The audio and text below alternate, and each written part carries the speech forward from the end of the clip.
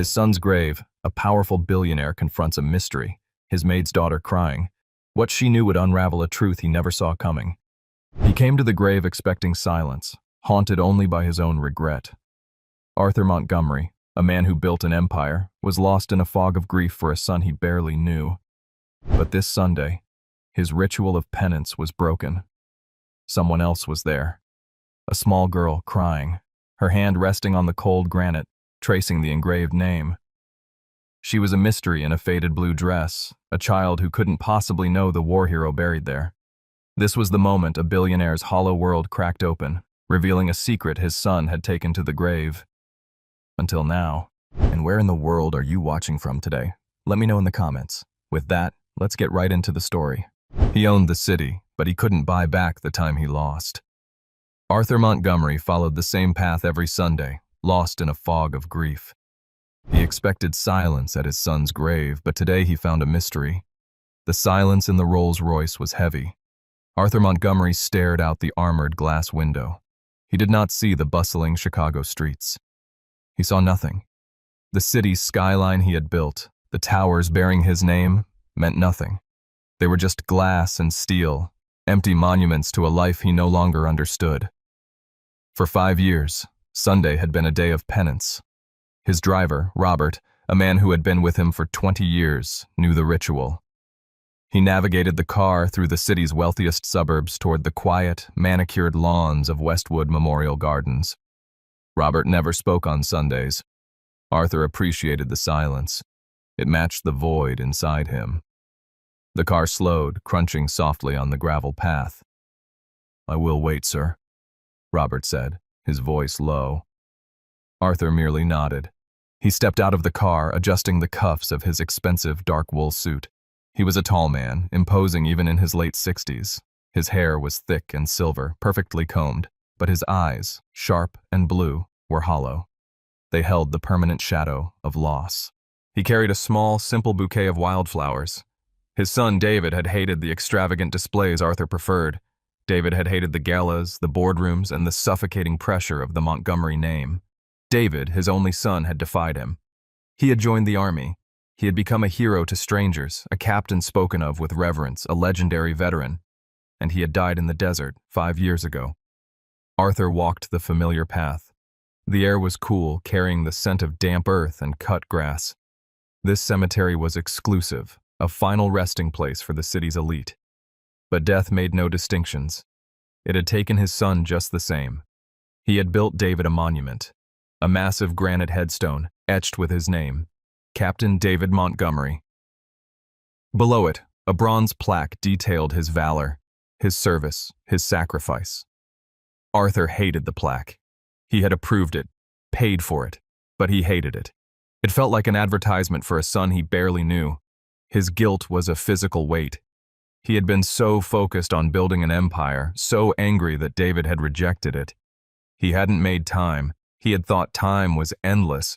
He thought he could fix the rift later. He was wrong. He rounded the final row of towering oaks. The gravesite came into view, set on a small hill overlooking a quiet pond, but Arthur stopped. He froze. His grip tightened on the flowers. Someone was there. It was a child. A small girl sitting cross-legged on the grass directly in front of David's headstone. Arthur's first reaction was irritation. This was a private cemetery. Strangers rarely wandered here, and children never did. This was his place, his grief. The girl couldn't have been more than 10 years old. She had thin, pale blonde hair that fell in straight, slightly tangled locks over her shoulders. She wore a simple blue dress. It was clean, but Arthur could see from this distance that the cuffs were frayed and the color was faded. Her shoes were worn, the soles thin. She was crying. It was not a loud, theatrical sob. It was a silent, heartbreaking tremor. Her small shoulders shook. Her head was bowed. One small hand was resting on the cold granite base of the headstone, tracing the engraved letters of David's name. Arthur stood there for a full minute watching. The sight was wrong. It didn't belong. He thought of his staff. He hadn't had many children in his life. His mansion was a quiet, sterile place. He used to have a maid, a quiet woman named Susan. She had been efficient. He barely noticed her. She had a daughter, he recalled vaguely. But that was impossible. Susan had quit. The memory surfaced, sharp and unwelcome. She had resigned suddenly, about 6 months after David's funeral. Arthur had been annoyed at the time. She was a good maid. He'd offered her more money. She had refused, polite but firm. She said she needed to move, to be closer to family. He hadn't thought of her since. This girl could not be. He dismissed the thought. It was absurd. He cleared his throat. The sound was loud in the quiet air. "What are you doing here?" His voice came out harsher than he intended. It was the voice he used in the boardroom, the voice that demanded answers. The girl leaped to her feet as if struck by electricity. She spun around. Her eyes were wide, a startling bright blue, red-rimmed from crying. Her face was smudged with dirt as if she had wiped her tears with a dirty hand. She looked terrified. For a moment, they just stared at each other. The tall, imposing billionaire in his tailored suit, and the small, fragile girl in her faded dress. He saw the fear in her eyes. But beneath it, he saw something else. A flicker of something stubborn. A spark of defiance that reminded him, painfully, of David. "You shouldn't be here, child," Arthur said, taking a step forward. He tried to soften his tone, but he was clumsy with gentleness. "This is a private area." The girl didn't say a word. She looked at him, then at the flowers in his hand, then back at the grave. Her small chest heaved as she caught her breath. Then she bolted. She scrambled away, moving with a surprising quickness. "Wait!" Arthur called out. But she was already disappearing into the dense woods that bordered the cemetery. She didn't look back. Arthur stood there, stunned. The silence rushed back in, louder than before. He looked at the grave. The flowers he held suddenly felt heavy, pointless. He dropped the bouquet onto the grass. His heart, a muscle he thought had atrophied, was pounding. Who was that girl? Why was she crying at David's grave? He walked to the headstone. He looked down at the place where she had been sitting. The grass was slightly pressed down, and there, lying on the stone base, was a small white object. Arthur bent down. His knees creaked in protest. He picked it up. It was a small, carved bird. It was made of wood, painted white, but the paint was chipped. It looked old. It looked loved. She had dropped it. He closed his hand around the small wooden bird. It was still warm from her touch. The image of her face, those terrified, defiant blue eyes, burned into his mind. He couldn't place it, and yet there was something familiar, something that tugged at a memory he couldn't quite reach. He needed answers. That night, Arthur Montgomery could not sleep. His mansion, usually a comforting fortress of silence, felt like a tomb. He sat in his massive leather chair in a study lined with books he never read. The small wooden bird sat on the polished mahogany of his desk. He kept seeing her face. He kept hearing his own harsh voice. He had spent 5 years sealing himself off from the world. He had buried his pain in work, in routine, in the empty pursuit of more wealth. He had built walls around his heart so thick he didn't think anything could ever get through. Now those walls were beginning to crack. A 10-year-old girl with blonde hair and worn-out shoes had done what no one else could. She had made him feel something. He felt curiosity. He felt confusion. And buried deep beneath the irritation, he felt a strange, unwelcome pull of concern. Why had she been there? What connection could a poor, unknown child possibly have to his son, the war hero? He thought again of his former maid, Susan. He hadn't hired her personally. His household manager handled that. But he remembered her. She was plain, quiet, and ruthlessly efficient. She kept her head down. She was invisible, just as he liked his staff to be. He remembered her daughter. He'd only seen the child once or twice, a fleeting glimpse in the staff corridors. A small, quiet girl with... Arthur sat up straight, blonde hair. He picked up the phone on his desk. He pressed a single button. It was 2 a.m, but he knew the man on the other end would be awake. "Marcus," Arthur said, his voice firm. "Mr. Montgomery," replied the voice on the other end. It was level, professional. Marcus Thorne was Arthur's private investigator, a man who had handled sensitive corporate matters for him for years. Marcus was expensive, discreet, and incredibly effective. "I need you to find someone," Arthur said. "A business matter, sir?" "No," Arthur said, looking at the small wooden bird. "Personal." He described the girl, 10 years old, blonde hair, blue eyes, faded blue dress. He described the encounter at Westwood Memorial. "She was at my son's grave," Arthur said, the words feeling strange on his tongue. There was a pause on the other end. Marcus knew, as everyone knew, not to mention David Montgomery.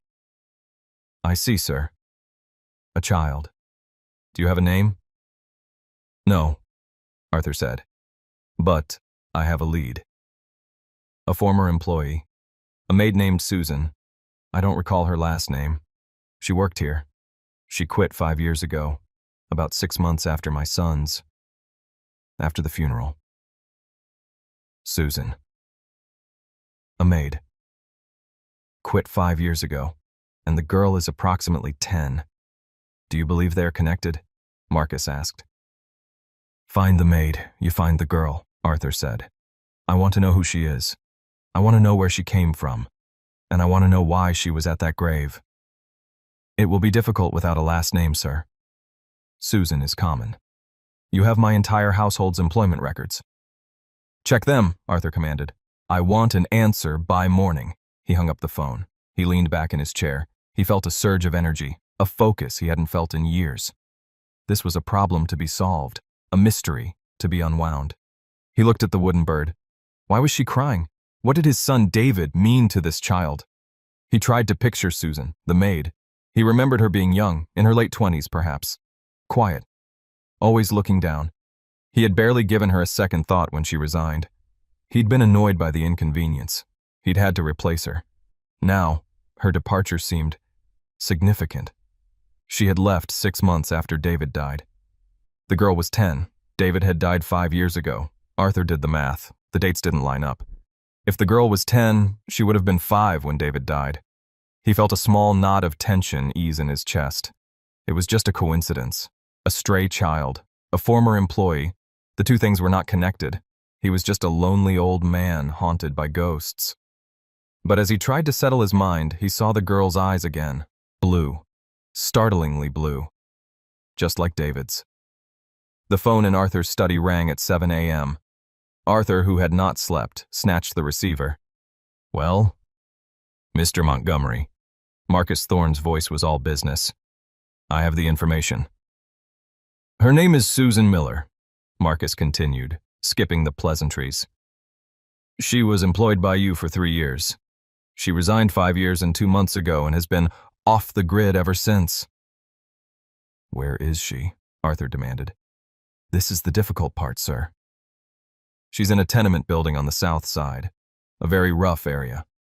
The building is listed as condemned." Arthur's grip tightened. He pictured the girl in the faded dress. "The girl is with her," Marcus said. "Her name is Emily Miller. 10 years old, no school records, no medical records. It seems Susan has been intentionally avoiding the system." "Sir, I must advise caution," Marcus said.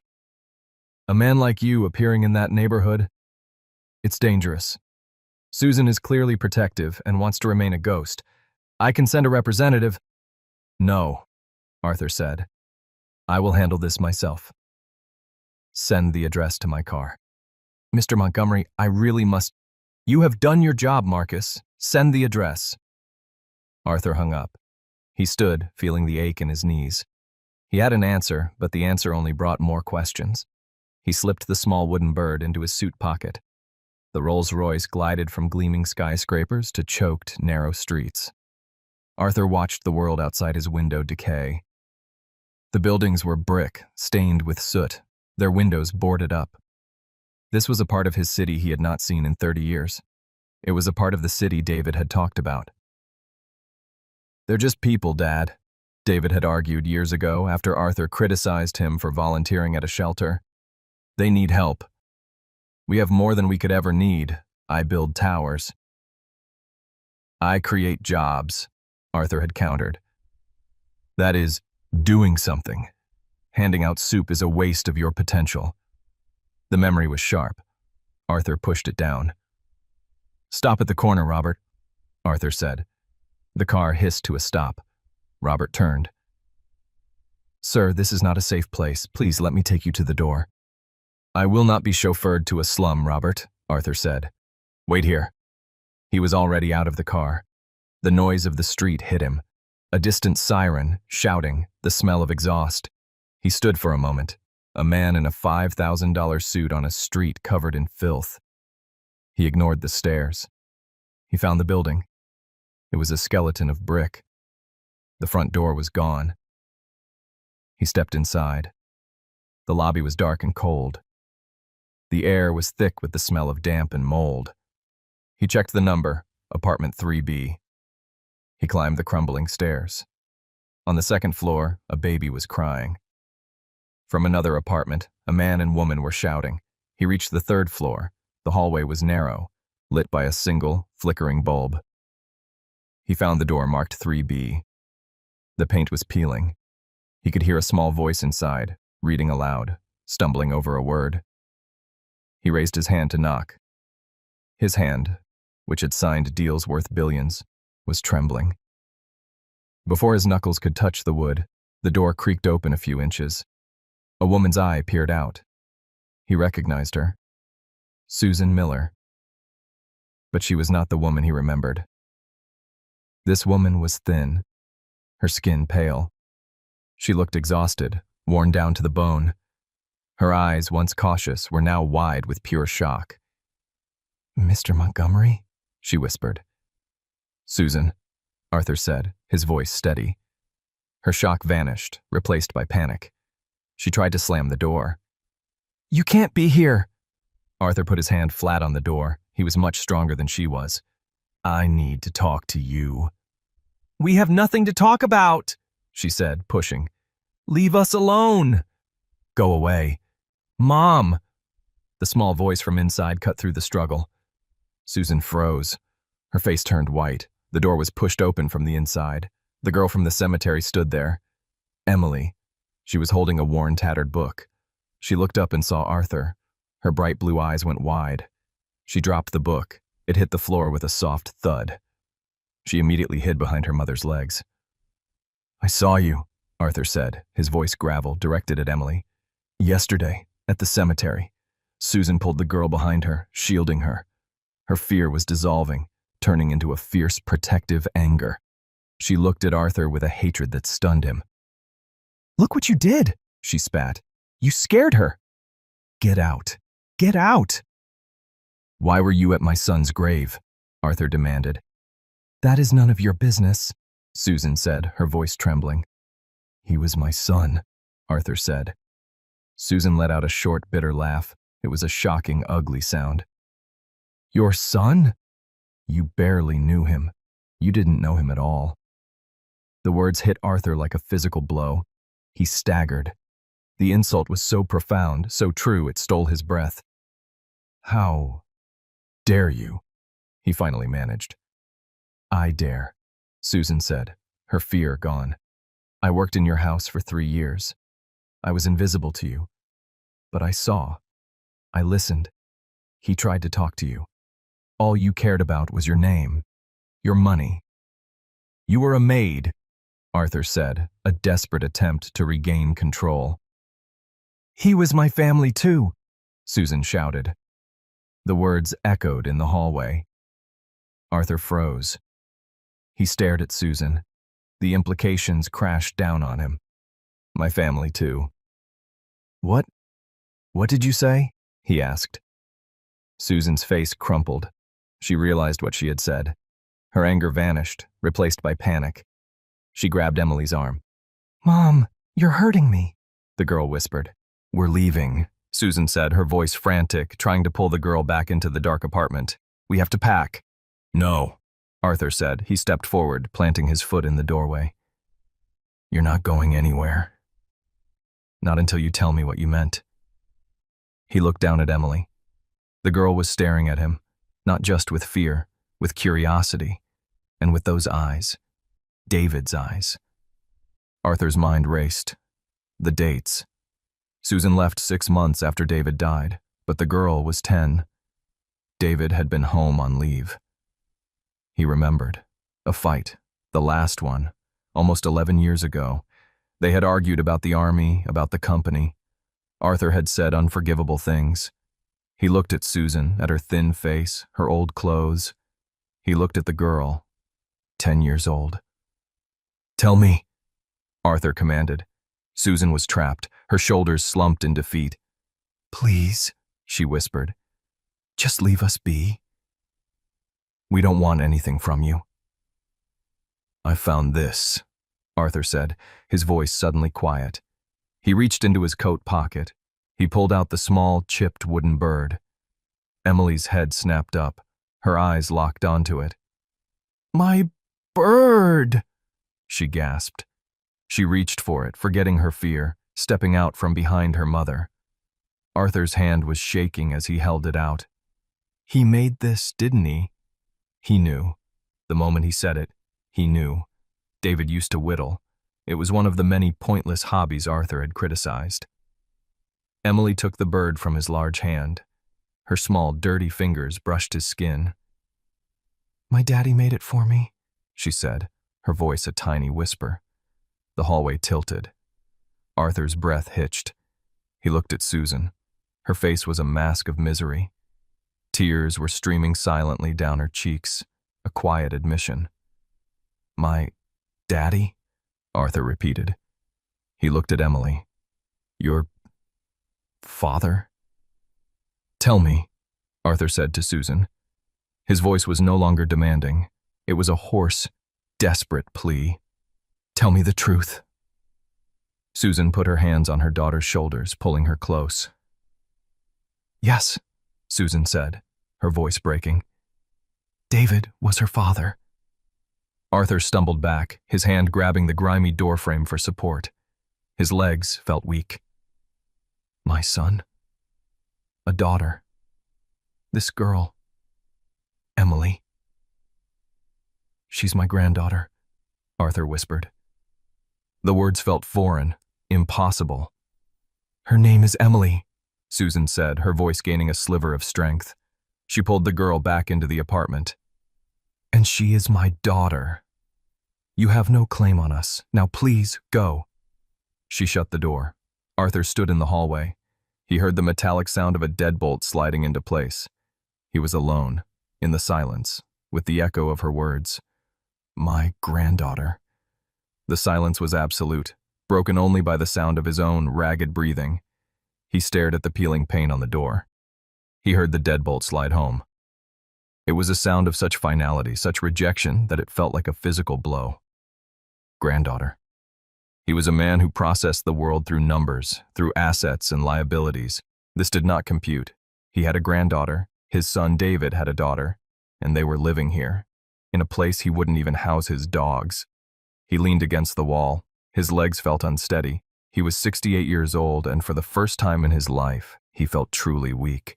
He thought of Susan's face, the fear, the exhaustion, and the pure, white-hot hatred she had for him. "You barely knew him." Her words were truer than any balance sheet. He had known David the asset, David the heir. He had never known David the man, and David had known. David had seen his father as a man not to be trusted, not with this. Arthur's fury returned, but it was different now. It was not the sharp anger of a man whose will was denied. It was the hot, sick anger of guilt. He raised his hand to knock again.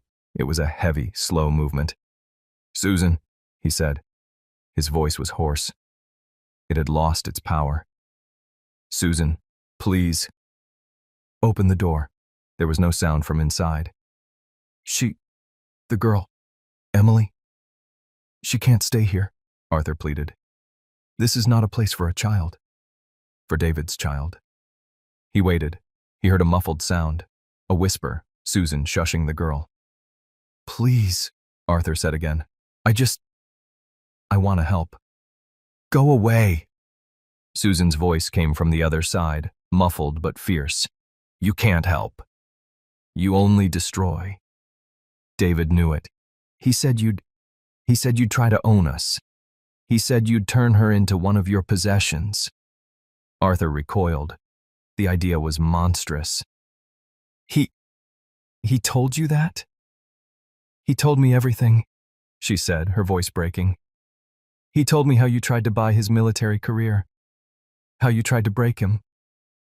He loved us, Mr. Montgomery. He didn't love you, and he didn't want you anywhere near his daughter. Now leave us alone. The silence returned, heavier this time. Arthur stood there for another full minute. He had lost. He who had never lost a negotiation was defeated by a locked door and a woman with nothing. He turned, slowly. He walked down the crumbling stairs. The sounds of the building, the arguing, the crying baby seemed to accuse him. His granddaughter lived here. He stepped out onto the street. The noise and the smell of the city slum hit him again. He saw his car, the gleaming black Rolls-Royce at the end of the block. It looked absurd, like a spaceship landed in a junkyard. Robert saw him and was out of the car in an instant, his face a mask of concern. "Sir, are you hurt?" Arthur just looked at his driver. He couldn't speak. He got into the back seat, his movements stiff. "Home, sir?" Robert asked gently. Arthur stared at the condemned building. "No," he said, pulling out his phone. "Wait." He dialed Marcus. "Marcus," Arthur said, his voice flat. "Sir? Did you find her?" "They are in apartment 3B. The building is a death trap," Arthur said. "I want protection. Now." "Sir, I advised—" "I don't care what you advised," Arthur roared. The sudden shout made Robert jump. "I want a team here." 2 men. Plain clothes. I want them watching that door. I want them watching the building. No one goes in. No one comes out. Do you understand me? "Mr. Montgomery, that's—" "I don't care if it's legal, Marcus." "Do it. And I want you to find a birth certificate for Emily Miller, 10 years old, mother, Susan Miller, father." His voice cracked. He couldn't say the name. "Father, David Montgomery. I need to know. I need proof." "Understood, sir," Marcus said, his voice quiet. "The team will be there in 20 minutes. Arthur hung up. "Take me home, Robert," he said, his voice barely a whisper. As the car pulled away from the curb, Arthur watched the building in the side mirror until it disappeared from view. He was shaking. He hadn't just found a girl. He had found his son's secret and his own greatest failure. Inside the apartment, Susan Miller slid to the floor. Her back was pressed against the door. She wrapped her arms around her knees and began to sob. "Mom." Emily stood in the middle of the small, bare room. She clutched the wooden bird to her chest. The room was cold.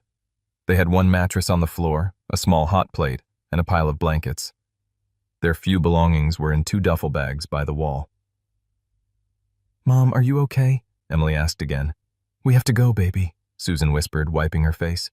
Her hands were shaking so hard she could barely see. "But why?" "Who was that man? He looked like the picture." Susan looked up, startled. In Emily's small backpack was a single, folded photograph. It was the only one Susan had, a picture of a young man in uniform, smiling. David. "He's David's father, Em," Susan said, her voice rough. "And he's a very bad man." "But he looked sad," Emily said. She was a quiet, observant child. She had seen too much in her 10 years. "He looked like me." Susan flinched. It was true. Emily had David's eyes, but she had his smile too. And Susan realized with a cold dread she had Arthur Montgomery's chin, that stubborn square jaw. "He is sad, baby. But he's the kind of sad that breaks things," Susan said. She stood up, her movements frantic. "Get your coat. Put your book in your bag." "Where are we going?" Emily asked, her voice small. She was used to this, the sudden moves, the late-night departures. I don't know," Susan said, pulling clothes out of a drawer. "Somewhere he can't find us." "We'll go to the shelter on the west side." "No, he'll look there. We'll get a bus ticket." She stopped, her hands frozen. She had $7 in her wallet. She looked at her daughter. Emily's blonde hair was thin, her face was pale, she was too small for a 10-year-old. Susan's mind raced back. She had met David in that cold, sterile mansion. She had been taking night classes, trying to become a nurse. He was the first person in that house who had ever asked her name. He'd found her in the library, studying. He didn't laugh. He asked about her books. He listened. Their romance was secret, stolen in late-night conversations in the kitchen and quiet walks in the garden. He was nothing like his father. He was gentle. He was haunted by his service, but he was kind. When he gave her the small wooden bird he had carved, he'd smiled. "It's a dove. For peace. I need to remember what that looks like." Then he was deployed. She found out she was pregnant. She was terrified. She was going to tell him, but his letters were dark. He was in a bad place. Then the news came. Captain David Montgomery, killed in action. Susan's world ended. She had Emily, alone, in a small hospital across town. She named her. She held her. And she saw David's eyes looking back at her. She had to go back to work. She had a child to feed. She went back to the mansion, a place of ghosts. Arthur Montgomery was a tyrant in his grief. He yelled at staff. He threw things. He was a black hole of misery. She hid her secret. But after 6 months, she couldn't stand it. She looked at this cold, cruel man and knew he could never, ever know about Emily. He would take her, or he would cast her aside. Both were equally terrible. She took her savings and she ran. She had been running ever since. Now, he had found them. "Mom," Emily said, pulling on her coat. "The man's gone." Susan looked at the door. He was. But she knew he wasn't gone for good. Men like Arthur Montgomery didn't give up. They didn't ask. They took. "We can't use the hall," Susan whispered. She went to the window. It overlooked a dark, trash-filled alley. "Get your bag. We're going out the fire escape."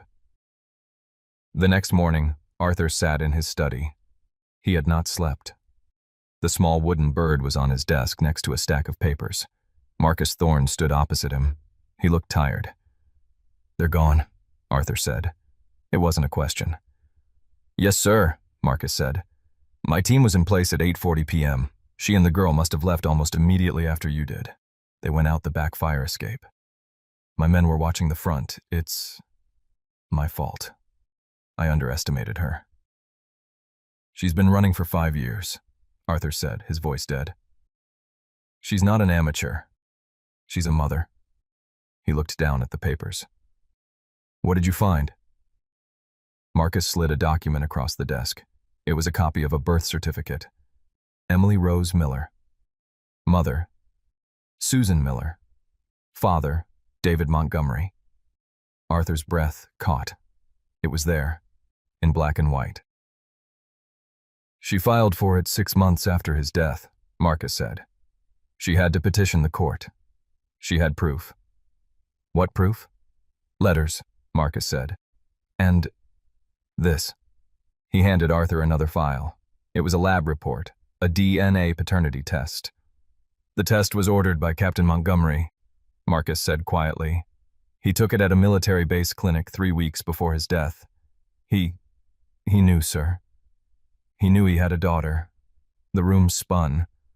Arthur gripped the edge of his desk. He knew. His son had a child, and he had not told his father. He had told a maid. He had trusted her. The betrayal was so deep, so profound, it almost choked him. All his anger at Susan, at the world, dissolved. It turned inward, a heavy, cold stone of guilt in his stomach. "He knew," Arthur whispered. "And he never said a word." "He was coming home, sir," Marcus said, his voice soft. "His transfer request was approved. He was scheduled to fly home the week he was killed. He was coming home for them." Arthur closed his eyes. He saw David's face, not as the angry young man he argued with, but as a boy, laughing in the garden. It was a memory so old it almost hurt. "Find them, Marcus," Arthur said. His voice was no longer a command. It was a plea. "Sir, where?" "Everywhere," Arthur said. He looked at the birth certificate. She's 10 years old. She needs everything. Find them. Find my granddaughter. The search for Susan and Emily Miller consumed Arthur Montgomery's life. He abandoned his company, the board meetings, the acquisitions, the billion EBITDA this, and the projected growth that it all turned to smoke. He let his lieutenants handle it. He forwarded all calls. His world shrank, first to his study, and then to the contents of a single file. His study became a war room. Robert, his driver, was now his only confidant. Robert would bring him meals on a tray, meals that Arthur rarely touched. "Sir, you must eat," Robert would say, his voice full of a concern that went far beyond his job description. Later, Arthur would grunt, not looking up from the map spread across his desk. Marcus Thorne was running searches. He was tracking Susan's credit, which didn't exist, her social security number, which hadn't been used in 5 years, and her known associates, who hadn't seen her. "She's a ghost, Mr. Montgomery," Marcus reported, his voice weary over the phone. "She's been living on cash. She's had a long time to practice being invisible. She is not a ghost, Marcus." "She is a woman with a 10-year-old child," Arthur snapped. "They need food. They need shelter. They cannot just vanish. Look harder."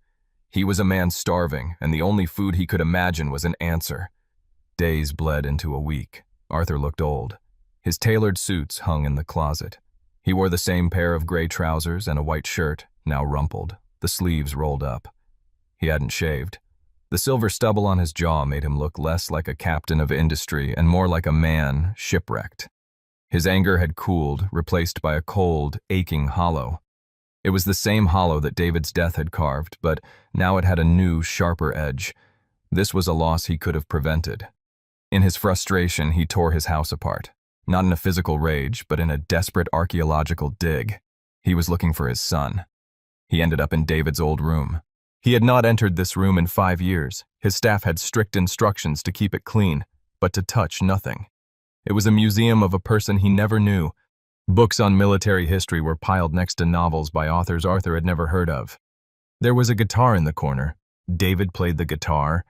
And in the back of the closet there was a single sealed cardboard box.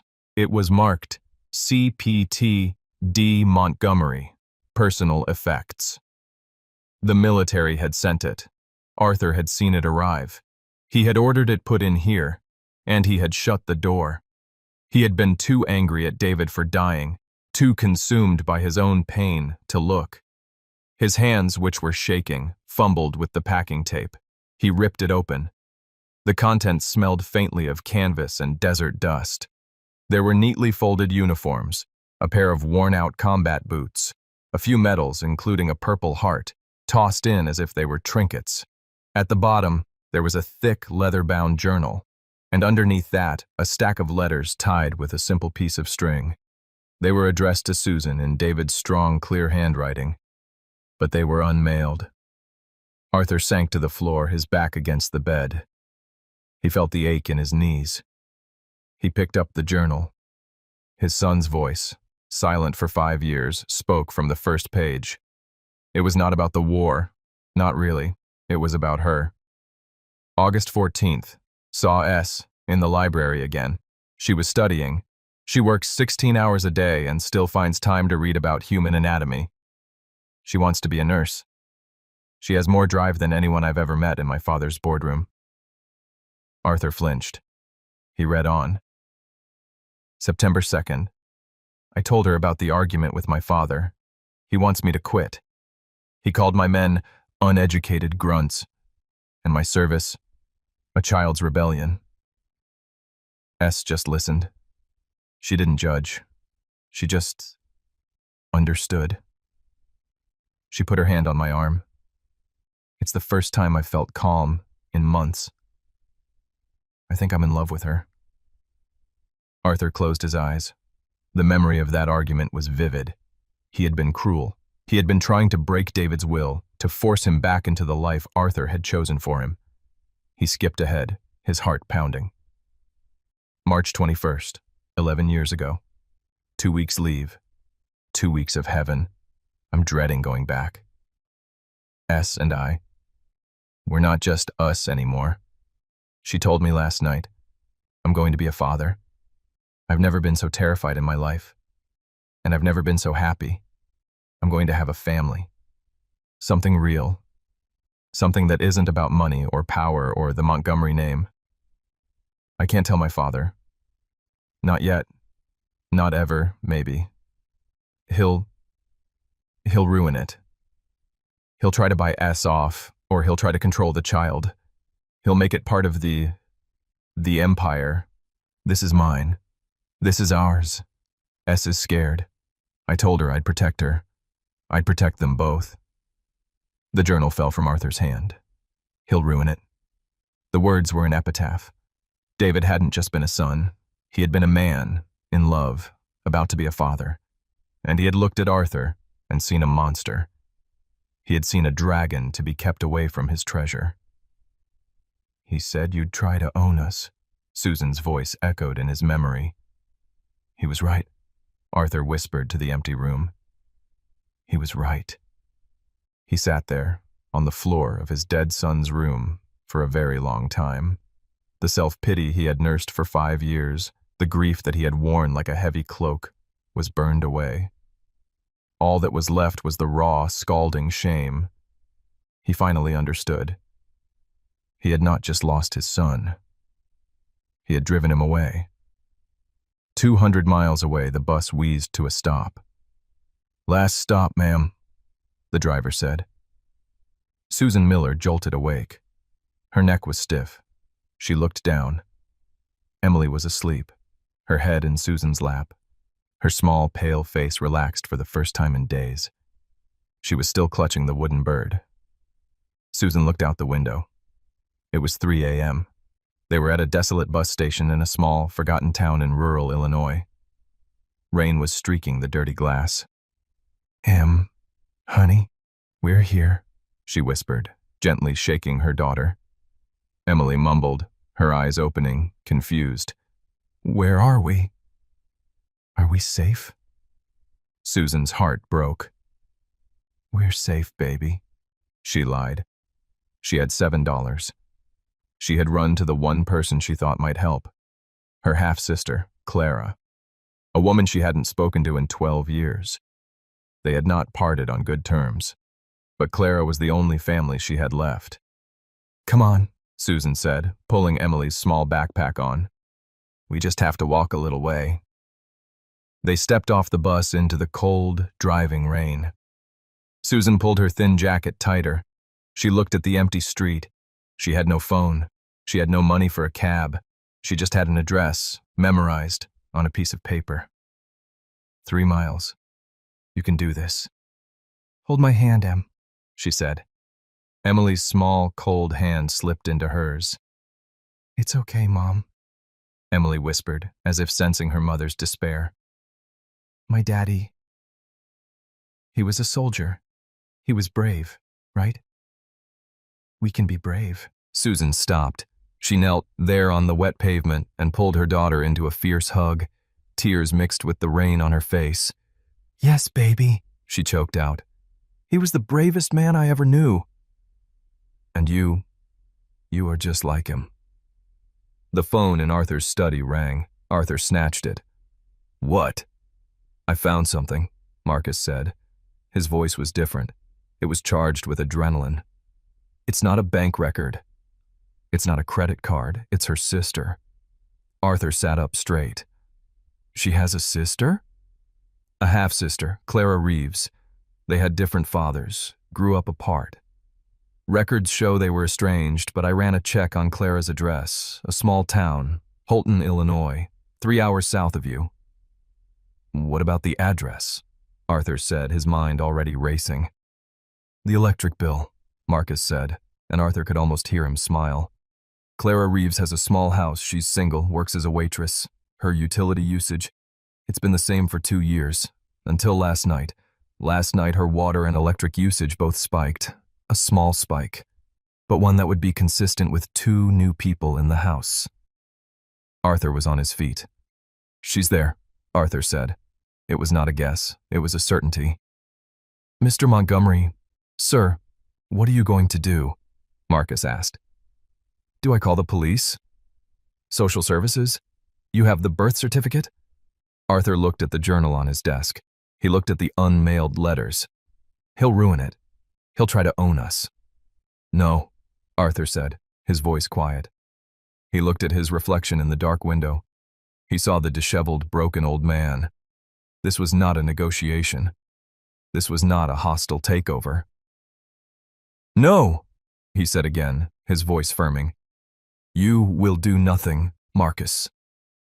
You will not call anyone. You will send me the address and a check. I need you to cash a check. A check, sir? A large one, Arthur said. And then you're going to find me a lawyer. Not one of my corporate sharks. A family lawyer. The best one in the state. He was going to do this David's way, not his. He was not going to take his granddaughter. He was going to earn her. Robert!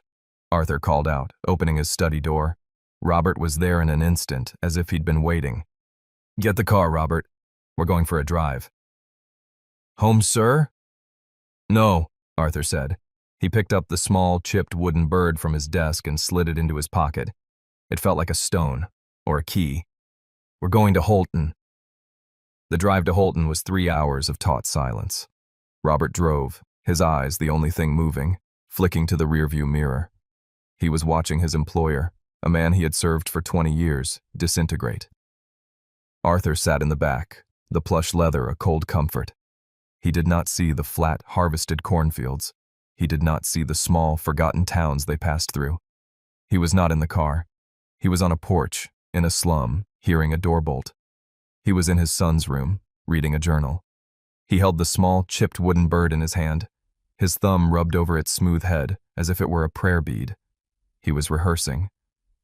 What does a man say? I'm sorry. It was too small. I want to help. It sounded like a threat. I am her grandfather. It was a demand, an act of possession. He kept coming back to David's journal, the words a brand on his soul. He'll ruin it. He'll try to own us. I won't, Arthur whispered to the empty car. Not this time. They reached Holton. It was a town that time, and money had passed by. Main Street was a row of brick buildings, some with boarded-up windows. It was quiet. Poor. Robert drove the Rolls-Royce down the street.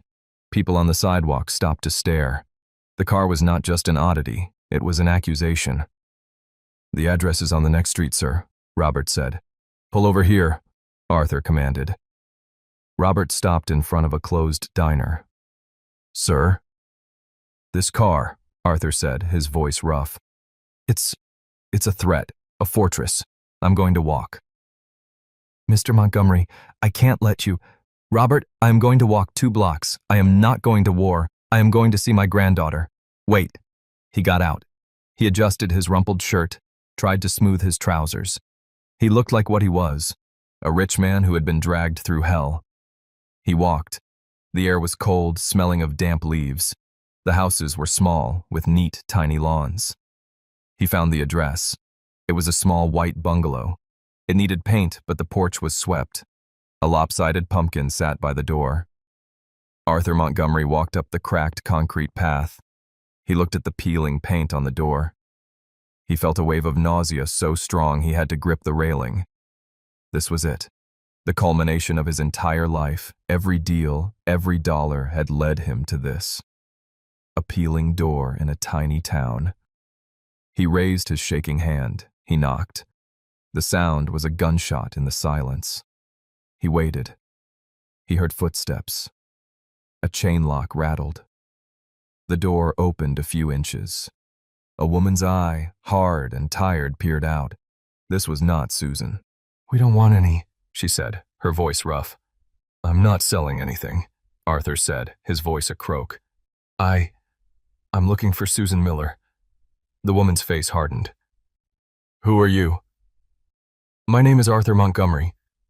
He saw the recognition. Susan had told her. She ain't here, the woman lied and started to close the door. Please, Arthur said. The word was a reflex. It stopped her. Please. I know she's here. And Emily. I am David's father. I know exactly who you are, the woman spat. You're the reason she's been running. You're the reason her life is ruined. Now get off my porch before I call the cops. Clara. Who is it? It was Susan's voice, thin and terrified from inside.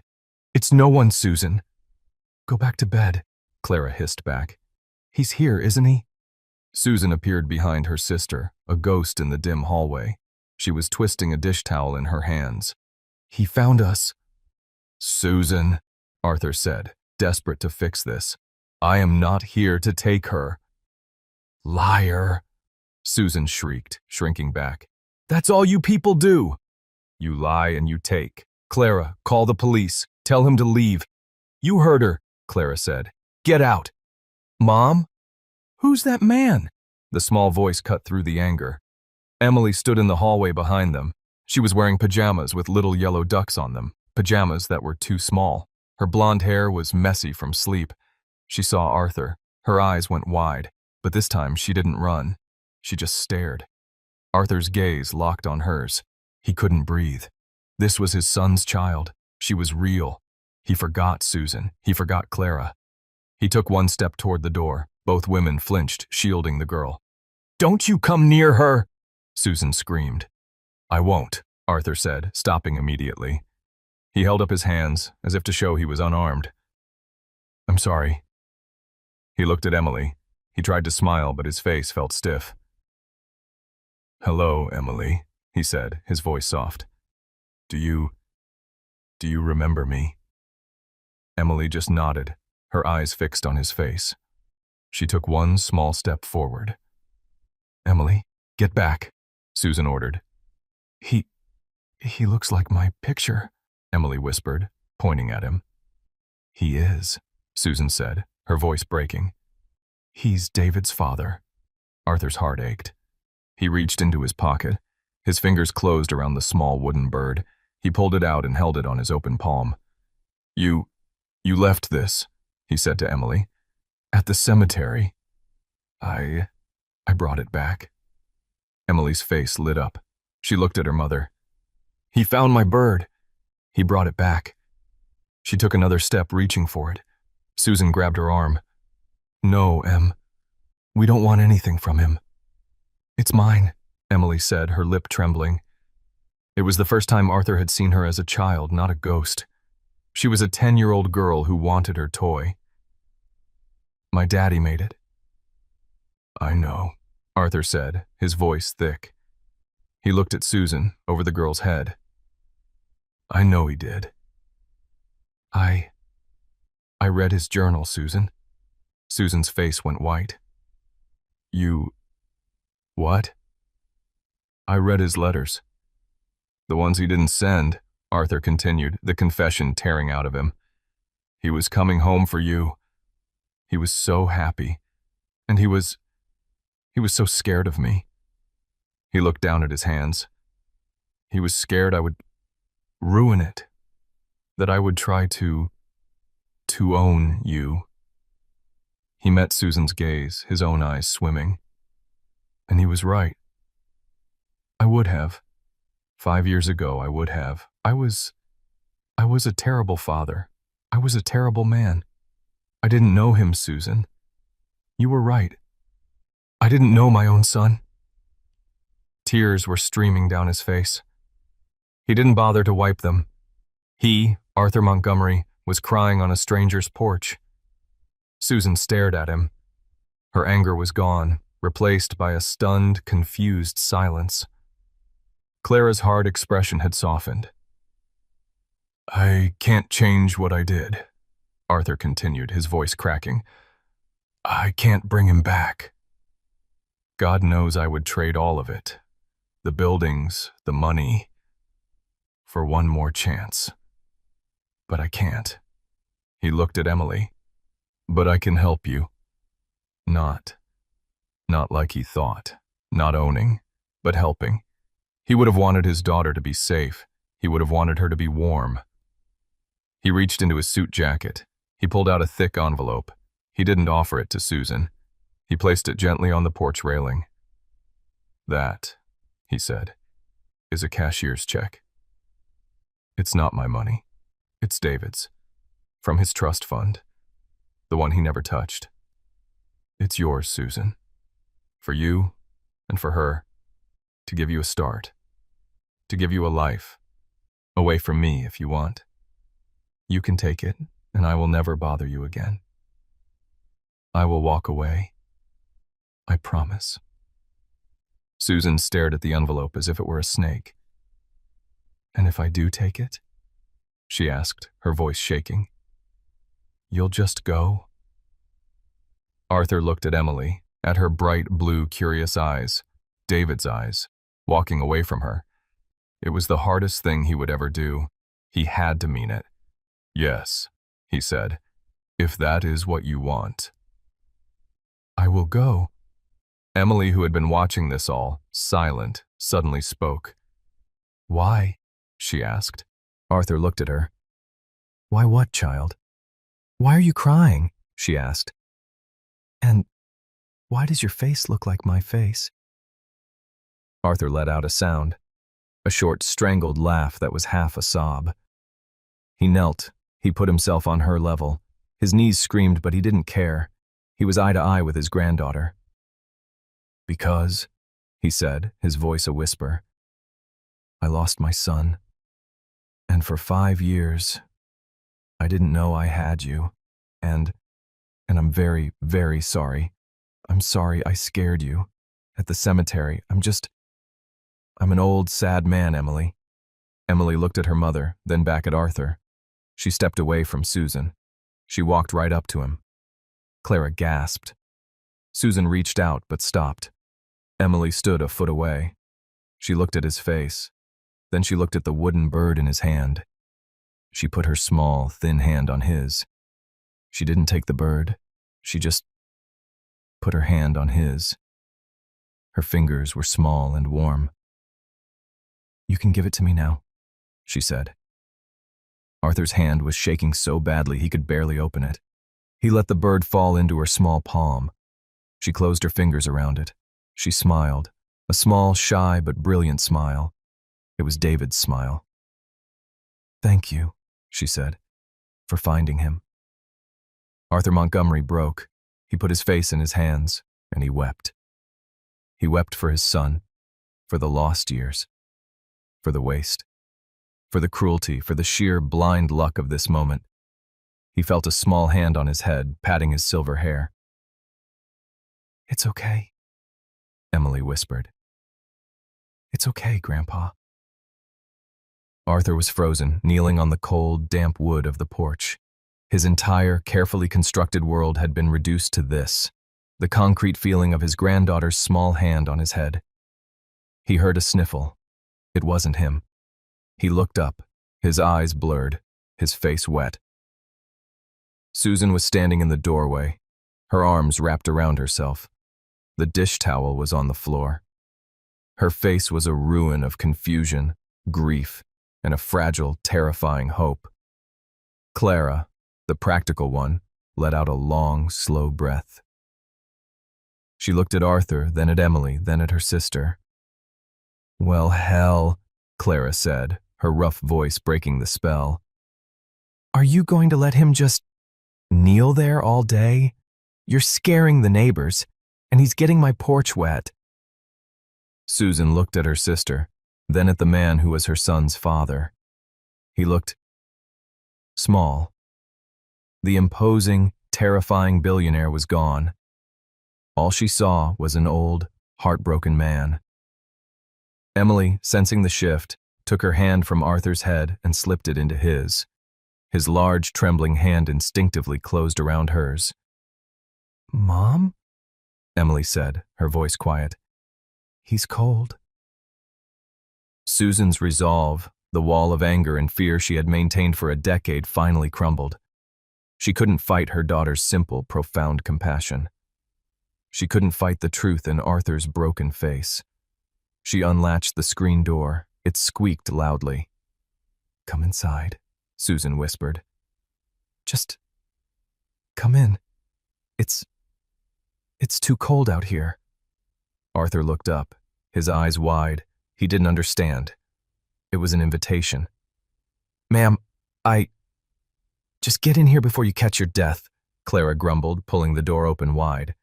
Arthur used the railing to push himself up. His knees cracked, his body ached, but he didn't let go of Emily's hand.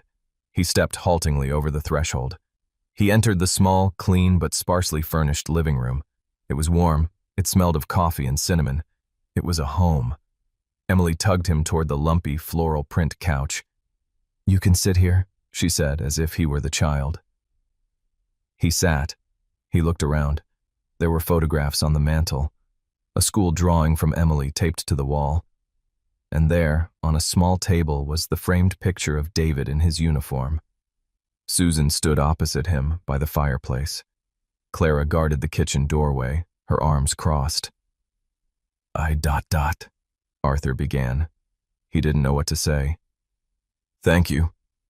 I read the letters too," Susan said, her voice shaking. "The ones he sent me. He was so proud of his men. He was so good." "He was," Arthur whispered. "He loved you," Susan said, the words bursting out of her. "He was so angry with you. But he loved you. He wanted you to see him, not the heir. Just him." "I was a fool," Arthur said. He looked at David's picture. "I was a blind, arrogant fool. I wasted so much time, so much love."